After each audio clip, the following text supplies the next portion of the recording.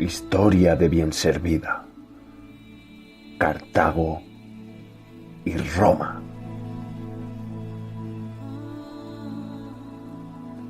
El acto de presencia de los romanos en España con ocasión de la Segunda Guerra Púnica es fundamental, pues marca un cambio de orientación en la cultura de nuestros pueblos. Es agosto del 218 a.C., cuando Gneo Cornelio Escipión desembarca con su ejército en Ampurias. Entonces, nuestro país era un campo erizado, de poblados fortificados, como el nuestro de la Vega de Turruchel, y cuyos moradores se habían acostumbrado a la guerra a causa de los cartagineses. De esta forma, habían empezado a comprender lo que era una organización de pueblos con una comunidad superior y la fuerza que ello daba. Ya desde antiguo, los mercenarios íberos eran famosos por su valentía y su sobriedad en todo el Oriente.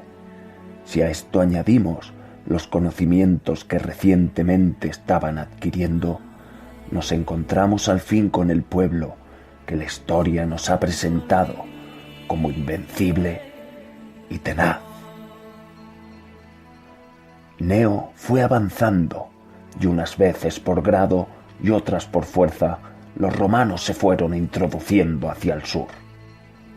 Entretanto, Aníbal ya estaba en Italia, y en el 217 a.C. vencía a los romanos muy cerca de la misma Roma. Durante este tiempo, Gneo no hizo gran cosa en España, quizá a la espera de su hermano Publio Cornelio Escipión, y en el 215 a.C. se comienza un avance hacia Sagunto. Desde Sagunto se dirigen los romanos en una atrevidísima maniobra hacia la cuenca del Betis, aprovechando la ausencia de Asdrúbal. Algunas ciudades se unen a los romanos, entre ellas Cástulo. Su paso debió de ser por la vía Augusta, o también llamada el Camino de Aníbal, pasando por Chinchilla, Balazote, Tiriez, Lezuza, el Ballestero, Alcaraz, para seguir por Vereda de Serranos, que debía de pasar por las cercanías de Turruchel, para finalmente llegar a Cástulo. La zona que a nosotros nos interesa es conocida en todos los documentos como Saltus Castolunensis. Creemos que su paso fue el reseñado, ya que fueron bordeando las sierras de Alcaraz, y así pasaron por el valle del río Guadalmena, no siendo nuestro término ajeno a esta incursión. Muy al contrario, debió de servir su fortaleza de refugio a las tropas, pues hay vestigios de cerámica que parecen indicarlo. Además, es muy probable que estuvieran todo el invierno, del 213 al 212 a.C., en nuestras tierras, pues el marqués de Lozoya, en su Historia de España, dice que en las poblaciones ibéricas había un movimiento de hostilidad contra Cartago, y no fue difícil al pequeño ejército romano llegar a Castrum Album, quizá Alicante, y penetrar en la rica zona minera de Cástulo, en las montañas donde tiene su origen el río Guadalquivir. Allí pasó el ejército romano el invierno del 213 al 212 a.C. Las montañas donde tiene su origen el río Guadalquivir son indudablemente nuestras montañas más próximas, y siendo Turruchel un paso abierto desde las llanuras de Albacete hacia Cástulo, Este era paso obligado, y sus fortalezas, por pequeñas que fueran, hubieron de ser controladas y utilizadas de forma que la presencia de Roma en nuestra tierra es de la más temprana en el interior. En la primavera del 212, Asdrúbal regresa de África, reforzado con la adhesión de otros generales.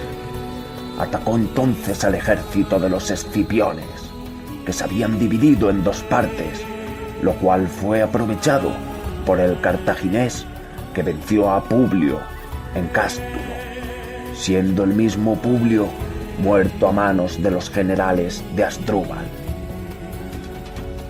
Neo también fue vencido y, huyendo con un pelotón de soldados, se refugió en un lugar desconocido, fortificado y no muy lejano. Numerosos pueblos han pretendido ser la tumba de Neo, desde Lorca hasta las peñas de San Pedro, pero no es posible que desde la zona minera en que se encontraba Neo, vencido y perseguido por un numeroso ejército, pudiera recorrer cientos de kilómetros. Nosotros pensamos que solo le daría tiempo a volver sobre sus pasos, por un terreno conocido por el que había penetrado anteriormente, y esto durante una o al máximo 2 jornadas, y con un ejército deseoso de venganza, pisándole los talones, y además con un claro propósito de refugiarse en una fortaleza conocida, que fuera relativamente segura y diera rápido acceso a las sierras, lugar en el que probablemente ya había pernoctado 2 años antes. En nuestro valle y su fortaleza reúnen todas las características. Para ello, pues estaba cerca del camino y además solo era necesaria 1 hora para internarse en la sierra de Alcaraz. Fácil de atravesar para un pelotón de hombres, pero muy entretenida para todo un ejército. Por otra parte, era un lugar ideal para, si Roma enviara socorros, unirse a ellos dada la proximidad a uno de los escasos caminos de aquella época. Según esto, es más probable que Neo muriera en una torre como la de Turruchel que en cualquier otro lugar, más próximo a Cástulo o más lejano que Alcaraz. ¿Y por qué no pudo ser en esta y no en otra? En abono de esta teoría está la gran cantidad de cerámica ibérica con rastros de incendio, piedras quemadas, y a pesar de que hubo un incendio posterior, este al que nos referimos puede verificarse en la parte este de la torre, que conservó su carácter eminentemente ibérico, y en la que se pueden apreciar restos de fuego y cenizas junto a algún trozo de bronce y de plomo totalmente fundidos por el calor. Después de estas derrotas, los romanos se replegaron hacia el Ebro. Poco después de estos hechos, viene a España el hijo del general muerto, y de igual nombre que su padre, Publio Cornelio Escipión, al que se le conocería después por Escipión el africano, o simplemente Escipión. Llega este joven general a Ampurias en el 210 a.C., con unos 15.000 hombres de ejército, a los que se unirían los que ya estaban en España, y gran cantidad de mercenarios ibéricos, totalizando unos 35.000 bajo el mando de Escipión. En la primavera del 209, y en solo 7 días, llegaron estos hombres desde el Ebro hasta Cartagonova,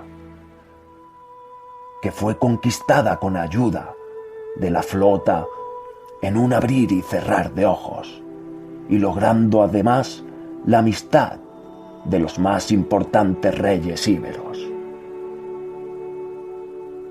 Un año después, al llegar la primavera, este hombre vuelve sobre los caminos que había andado su padre y se introduce con sus hombres por el valle del Guadalquivir en busca otra vez de los cartagineses. Y el choque no tarda en producirse de nuevo en nuestras tierras, pues el escenario son los pocos caminos entre la sierra de Andalucía y la meseta, siendo nuestro valle uno de ellos. Sin embargo, el choque más importante y cuyas noticias aterrorizarían sin duda a nuestros antepasados se produjo cerca de Bailén, obligando a Asdrúbal a retirarse, con lo que de nuevo nuestro pueblo se ve sometido al poder romano. Es muy probable que fuese entonces cuando, con el fin de estar a salvo de tanto cambio de poderes, las gentes del valle se replegaran hacia las montañas desde las márgenes del río que cultivaban, al actual emplazamiento del pueblo, lo que permitía a sus habitantes perderse entre los riscos en cuestión de pocos minutos, salvándose de esta forma de los saqueos y matanzas que se podían prever.